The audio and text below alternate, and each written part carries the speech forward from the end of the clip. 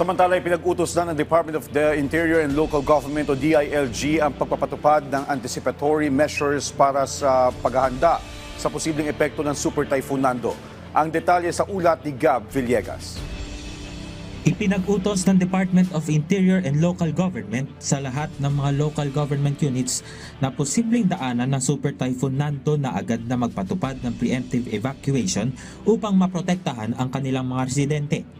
Ayon sa ahensya, wala dapat sayangin na panahon ang mga LGU na mailikas ang mga pamilya mula sa mga storm surge, pagbaha at landslide-prone zones.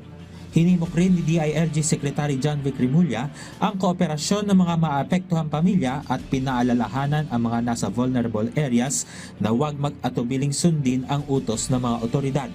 Naglabas na rin ng advisory ang DILG na nag-uutos sa mga LGU na magpatupad ng mga anticipatory measure tulad ng pagpapatupad ng liquor ban, no sale policy, paglilinis sa mga daluyan ng tubig at paghahanda sa mga evacuation center.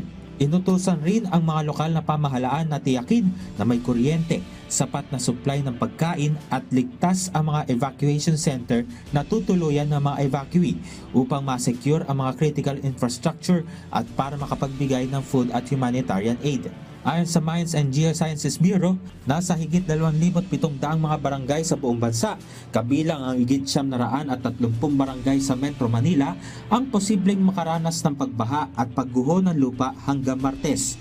Nakikipag-ugnayan na rin ang DILG sa mga Regional Disaster Risk Reduction Management Council at mga local chief executive na matiyak ang pagsunod nito at nakahanda ang lahat ng mga barangay. Nagpaalala rin ang kagawaran sa publiko na manatiling tumutok sa mga buletin na ilalabas ng Pag-asa at ng mga LGU. Binigyan din rin ng kalihim na hindi lamang paghahanda, ngunit agarang aksyon ang kinakailangan sa pagdating ng Super Typhoon Nando. Para sa Integrated State Media, Gab Villegas, PTV.